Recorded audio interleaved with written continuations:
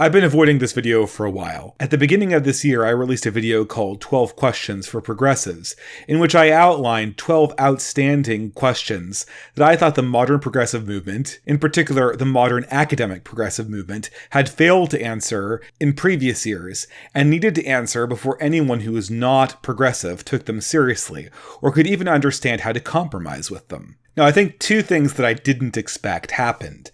The first one was that I got totally inundated with work. I couldn't make any response videos. I was expecting these questions to be out on the internet for about 1 or 2 months before I came back to them. Instead, here it is, June 2017's almost half over, and I still haven't made a single response video to all the people who answered the 12 questions. The second thing I didn't expect was that I would be getting more responses from old school progressives than from people in the new school academic progressive movement. Most of the responses I received, either in writing or in video form, were from people like Sargon of Akkad, Croton T, and of course Noel Plum. Not from people who are fans of Black Lives Matter or Anita Sarkeesian. And of course, this was not really my direct intention. I was trying to reach out more to what people call SJWs, the progressive community that rules academia, the progressive movement that rules the media, the progressive movement that I think is an up-and-coming force in politics. But I'm happy to receive any questions, and some of the responses I got from the old school progressives, although I prefer to call them liberals, were quite good. But of course, the time I had to wait before forming a response, and also the dearth of responses from what I would call the new progressive or SJW movement, created some problems in making a follow-up video. I was really interested in talking to modern progressives, but I got mostly responses from liberals and old school progressives. And I couldn't really address them in the same video. It would have been very, very schizophrenic to say the least. So I finally settled on the following solution. I think one of the best responses I got from this exercise, at least from the liberal and old-fashioned progressive variety, was that from Noel Plum, who gave me an hour-long video detailing very exact answers to all of these questions. And because liberalism has very consistent answers, I found that Noel Plum's answers to these questions broadly matched up to the answers I got from most people from the Sargon of Akkad, Croton T, liberal camp. So indeed, I decided to make 2 videos. This video, where I take on Noel Plum's answers, and indeed most of the liberal answers I got to these 12 questions, and point out some of my own reservations to these answers, my own disagreement with these answers. And then a later video where I take on the 12 questions from a progressive point of view. But at any rate, since this video is following the quick response format, let's waste no time in getting to Noel Plum's responses. Now, immediately when I listened to Noel Plum's response, I realized that he had caught me in several rather amateurish mistakes, not the least of which was a minor miswording in the text version of these questions, but also in the fact that I hadn't really ordered the questions properly. They fell into certain categories, certain types of questions, and I had laid them out more or less as they occurred to me. This meant in order for him to make a coherent video, a coherent response,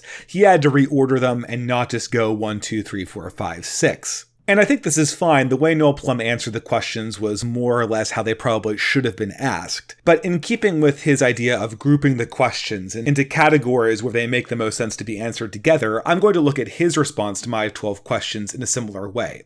Starting with the categories that I consider to be more minor, and building up to where I think the largest agreement is between our 2 worldviews. Forgive me for going fast, but there are 12 questions, and I want to do justice in both reading the questions, summarizing Noel Plum's responses, and then giving my own reply. So I think we can really start with the more minor questions. These are the questions 6 through 8, which cover sort of the sexual issues. I was really phrasing these questions to try to pick apart the progressive perspective on modern rape, on consent being the only standard of the good, and seeing how that floated with more classical notions of rightness and wrongness and sexuality. The questions were 6, how serious is an act of non-consensual physical contact? Does it matter if this contact is sexual? 7, do people's emotions and cultural perceptions factor into what consent is, or how heinous the violation of consent is? And 8, can any moral distinction be made between consensual sexual acts?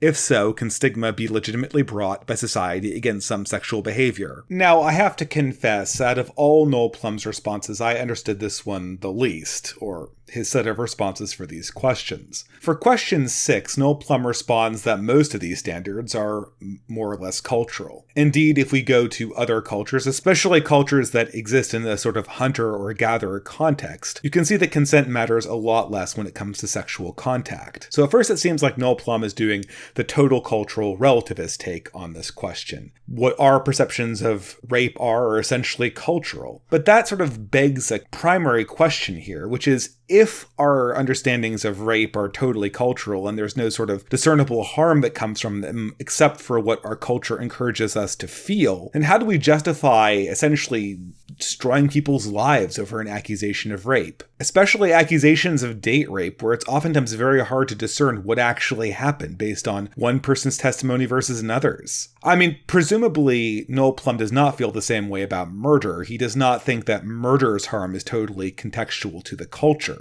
And I think for that reason, you see a very logical path for making murder a crime that's punished by life or death, even in some countries. But if we're going to say that rape is, in some sense, incredibly culturally relative, and then persist in our attitude that we should have very, very severe punishments for rape, we're going to have to admit to ourselves that the reigning cultural perspective on sex and sexuality is something that's very, very serious. Something that society is willing to destroy lives to preserve, because indeed it's destroying the lives of rapists in order to protect a cultural notion of harm. I mean, Noel Plum goes on a little bit about a social contract and a need to preserve the attitudes that we've had about rape, but I'm not so sure how this really justifies itself in an era where we're willing to uproot many notions that we previously thought were inviolable in another age. I mean, 40 years ago, nobody would have thought gay marriage was even considerable. So it's very obvious that the society is willing to reconsider pretty much any of its cultural notions about sex, as long as there isn't a clear consequence of physical harm. Now, of course, I know there are deep psychological consequences to rape, but as Noel Plum pointed out, that being culturally relative, it's not clear that we might not have an immigrant group where children are conditioned to actually appreciate non-consensual contacts with adults. Will we have to cut an exception to our rape laws just for that culture? That would be the logical consequence.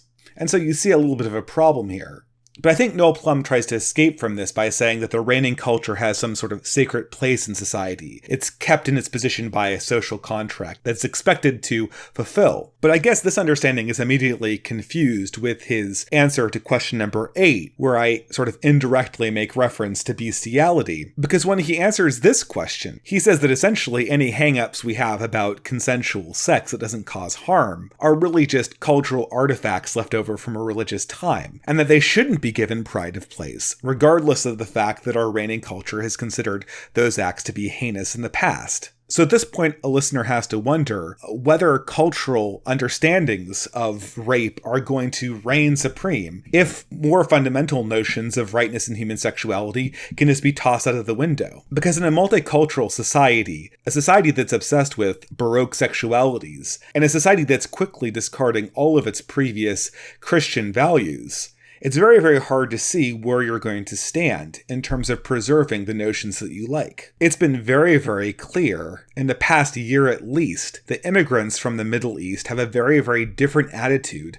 about rape, sexual harassment, and how men should behave towards women who are dressed promiscuously. Relying on a vague notion of a social contract to uphold notions of proper sexuality and consent is all well and fine when you live in a monoculture. But in a reality where 20, 30, 40% of your population is Muslim and has very different attitudes towards these things, these questions cannot just be waved away. And I think this leads directly to the next set of questions. Questions 4 and 5. Can a government legitimately act to defend the interests or continuity of a particular culture or race? Can a non-governmental institution do that? And are some identities more legitimate or true than others? Does the historical role a group played make it more or less legitimate? Now, I think in answering this question, Noel Plum sort of missed the point. He provided an answer that was very legitimate, a very interesting answer, but it wasn't really the specific answer that I was looking for. It wasn't really the specific issue that I was trying to get at. In answer to question 4, he really discusses how government should fairly treat minority groups. Say how government should treat, in the case of a place like Brazil, some hunter and gatherer society that's being threatened by extinction through foresting or just through cultural erosion, and how, say, in the UK, the government should treat Catholic groups in the face of some progressive social change like gay marriage. And I think Noel Plum's answer to question 5 really follows the same suit. It's a consideration on the various legitimacy of ethnic identities versus gender identities. But while I think that Noel Plum's answer to these questions are logical and they extend from liberal principles properly, he essentially says that the government should help in instances where there's a really dire threat to the community, and it should make allowances insofar as it's being fair. I think it's a very liberal way to approach the problem. What I was getting at wasn't really should governments defend specific minority cultures or how much energy it spends making allowances for their objections. I, in some sense, directed this question as to whether governments like Germany or Britain can act to preserve the native secular culture against an immigration wave that might very well see a large portion of that population being Islamic and anti-liberal. I mean, regardless of whether the British government makes a certain allowance for Catholics with gay marriage, I think the more pressing question is how it deals with the possible reality that the people who make up the majority of its government, the reigning liberal establishment, might be demographically replaced in very short order. And I think the pertinence of this particular perspective on the question is really brought into focus by the previous 3 questions on sexuality. If our laws against rape are essentially leaning only on cultural attitudes towards rape, the government better have a darn good plan to keep its own culture in supremacy. Otherwise, all those laws aren't going to be worth a hill of beans. Now, in listening to the response Noel Plum wrote, I found it a little bit difficult to determine whether Noel Plum was for multiculturalism or for mass migration or against them,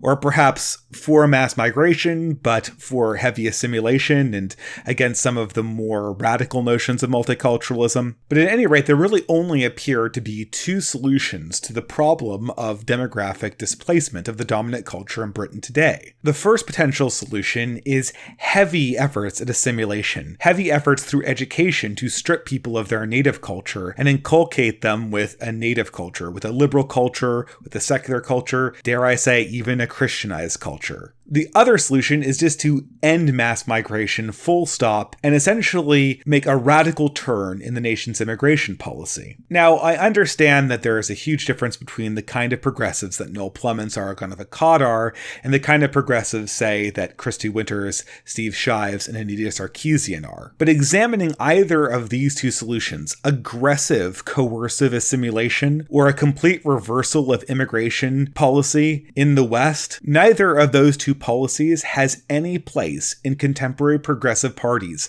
either in Britain, on the continent of Europe, or in America. Heck, most of those policies I just mentioned don't even have a place in conservative parties in the modern day. So the only way that Noel Plum can maintain the system he really desires is to really swim hard against trends that are almost universally accepted in most progressive movements, even most moderate progressive movements as they are politically expressed in the modern world. I think a really big problem with answering this particular set of questions, at least on Noel Plum's side, is that he and a lot of people like him, such as Sargon and Crown T, don't seem to understand that their perspective, their cultural background, their assumptions about the world are as ethnic and cultural as, say, Catholics or Muslims. That they in fact do have a culture that needs to be preserved, that they do have ideas and beliefs about the universe that aren't just inherently apparent to humans once their culture has been stripped away. There seems to be sort of an implicit assumption behind most of the questions that I'm hearing that the culture of a secular humanist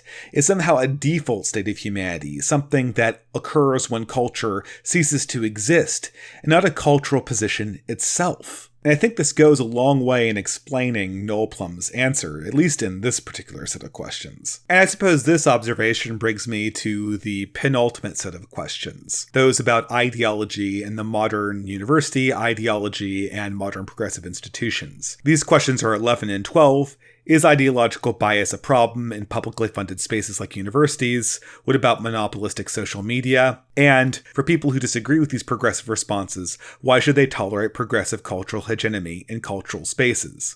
Now, I think Noel Plum's case here is that indeed he recognizes the problem of bias in universities. And I think for the most part, people like him and Sargon are very good on this number. They understand the problem that we're dealing with. They want fairness, they want standards, they want to have a humanities and social science program at modern universities that's much more open to ideas, that discusses things in a more neutral way. They idolize science, and I think that's very laudable. But if I were to make a criticism of Noel Plum's response, and indeed Sargon of Akkad's response, I think they're way too optimistic about the path there is to reforming these institutions. And that is to say that I don't think this modernistic, liberal, I don't have a position perspective on social sciences and humanities died for no reason. I don't think it was displaced unfairly by modern progressives preaching identity politics and safe spaces and microaggressions. And I wish desperately that the old-fashioned modernistic liberalism would come back and reign in the universities. It was very preferable to what we have right now. But nevertheless, I think the reason why it was eventually displaced was that perspective on the universe, that attitude of neutrality and nothing but individual rights, and equality of opportunity, and classical liberalism with nothing else attached, was just something that could not answer a large number of questions. Questions having to do with meaning, questions having to do with identity, questions having to do with culture, questions having to do with the explanation of inequalities. When historical injustices and wars are so widely realized, and when the effects of inequality are so easily observed, simply waving these problems away with equality of opportunity isn't going to cut it. And regardless of what you say, liberalism, classical or otherwise, had no answer to these problems. It was really this absence of answers that allowed people who were culturally Marxist to fill the vacuum. And it's really the absence of this type of answer that I could hear in Noel Plum's own responses, especially as we got to what I consider the most important questions, the questions about societal equality, that he attempted to answer and which I think demonstrate the weakest part of his argument, the weakest part of his own worldview. Because after hearing his answers, it left me wondering how a society run the way Noel Plum is essentially recommending that it run could even hold itself together in the long term under circumstances that are almost certainly true. But let me just read the questions. These are questions 1, 3, and 9, and I'll just paraphrase. They are broadly, what does equality mean and in what context? Can there ever be inequality between social or cultural groups that is legitimate and benign? Is there a stopping point in the pursuit of equality? And what means are legitimate in the pursuit of equality? Now, I just wanted to pause here and say that individually, I think that the answer that Noel Plum had to each of these questions was perfectly logical from a liberal point of view. The difficulty came when you put this worldview together and ask yourself if it is stable, if it is something that is going to actually hold society together, especially a multicultural society. Now, Noel Plum is very quick to point out that the type of equality he thinks progressives should advocate for is the equality of opportunity.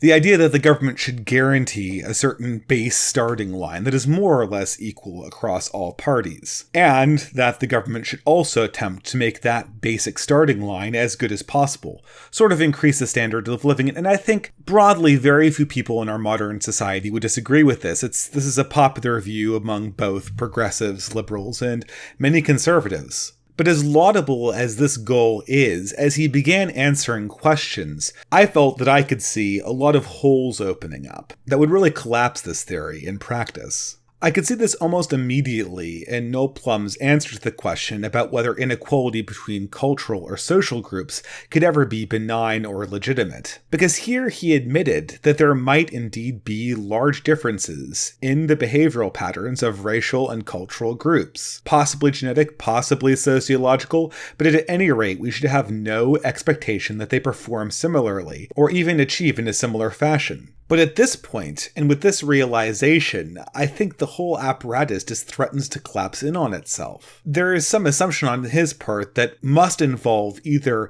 an enormous overestimation of what the state can accomplish, or a total misunderstanding of how the human mind will hold in common the ideas of equality of opportunity and inequality of race or culture. From what I've ascertained in his response, Noel Plum is against affirmative action, which, again, puts him more on the conservative than progressive side in most countries, but at any rate, saw in some kind of affirmative action in a nation that has a multicultural and multiracial population. If these stark inequalities exist inherently between groups, there will be massive racial disparity in outcomes, and these disparities will be highly visible to anyone who owns a television. If the government, media, and academic elites are at that time trumpeting how we all have equality of opportunity and how we've achieved a fair and level playing field, there is going to be an enormous amount of anger. There's going to be an enormous market for theories about how the system is implicitly biased against the groups that are underrepresented. An African American family is not going to look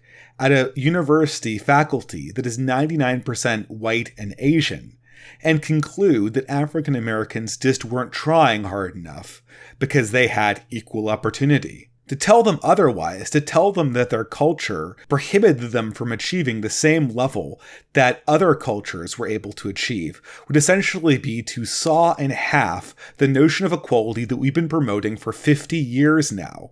I don't think liberal society would survive the attempt. As long as there's inequality of outcome, anyone on the negative side of that inequality in outcome is going to believe that there's an inequality in opportunity. And this is not hypothetical. We already see it in America. And this has been a reality in America for 30 years. Groups do not accept equality of opportunity as long as there's inequality in outcome. That's why we have affirmative action. Now, I hear this equality of opportunity panacea promoted a lot by Europeans. Sargon of Akkad, Thunderfoot, Noel Plum. To a large degree, I just speculate that they may not have been paying attention to the American example. A lot of Europeans are under the impression that massive, egregious bigotry was commonplace in this country well into the late 90s, and that this is the explanation for the current racial troubles in the United States. But indeed, American race relations since the 1980s have looked more or less like they do in Europe, with most objections being driven by unequal outcomes. For the most part, Noel Plum's solution to these inequalities on both a cultural and racial level differs not an inch from the position of Reagan and the rest of the neoconservative movement. And if the neoconservative movement was totally ineffective at getting this perspective adopted by the academy and by the media in America, why do we think this perspective will be more successful in Europe when it's tried? Identity, cultural, and racial is very powerful, especially for outgroups, and that will always trump attempts at pointing to abstract concepts like liberalism and equality of opportunity. If there's no discernible stopping point, if there's no way to examine a system and say, it's fair enough, we've got equality of opportunity, the outcome will always drive the assumption that there is no equality of opportunity. And so the identity politics may play itself out indefinitely, again and again. Now at this point, Noel Plum does propose a measure of equality that I'm not so sure whether it's a joke or not, but I'll just put it up anyway, and that's called Noel-Gon's Law, where he says the best indicator of a fair society is not when everyone stops complaining, but rather when everyone is complaining, presumably complaining equally. Now, I know this is very clever. I kind of chuckled to myself when I heard it, and I really like the aphorism. But when one stops to think about this for more than 5 minutes, and especially think about this under the light of the possibility of cultural inequalities, it doesn't make any sense. First, it seems to conflate the complaint about inequality as evidence of inequality, even relatively speaking. If taken seriously, this would create a perverse incentive to complain more about your situation, to form identity groups and vanguards where you can lobby the government for your complaint as soon and as fast as possible. The consequence for a highly diverse society is not hard to predict. Moreover, it presumes a strange sort of cultural egalitarianism between various responses to inequity and hardship. But this is manifestly false, and we can can see it with simple examples. I'll just take two strange regressive religions. How about radical Anabaptists and radical Islamists? Now, presumably, under Noel law, we'll be able to understand how fairly society is treating Anabaptists and Islamists by how much they complain about the offense given to them. If Islamists are complaining a lot and Anabaptists not complaining at all, we can assume that Islamists are really hard done by and Anabaptists must not have enough hardship yet. But of course, this is utter nonsense. We know that the average Anabaptist is totally imperturbable. You'd practically have to burn down his church and rape his daughter before he even got much of a response. Whereas the average radical Islamist will shit a brick the second he sees a picture of a banana with the words "the Prophet Muhammad" under it. And so we have no reasonable expectation for justice to be dealt out in a multicultural society if the standards are so amenable to political lobbying, which is essentially what Noel Plum's recommending with this statement. Now, in answer to the last two questions, I think Noel Plum rather dismisses the notion that progressives might go too far in the means they use at implementing their notion of equality of opportunity. And here I have to voice my final disagreement, or really the disagreement that very much worries me.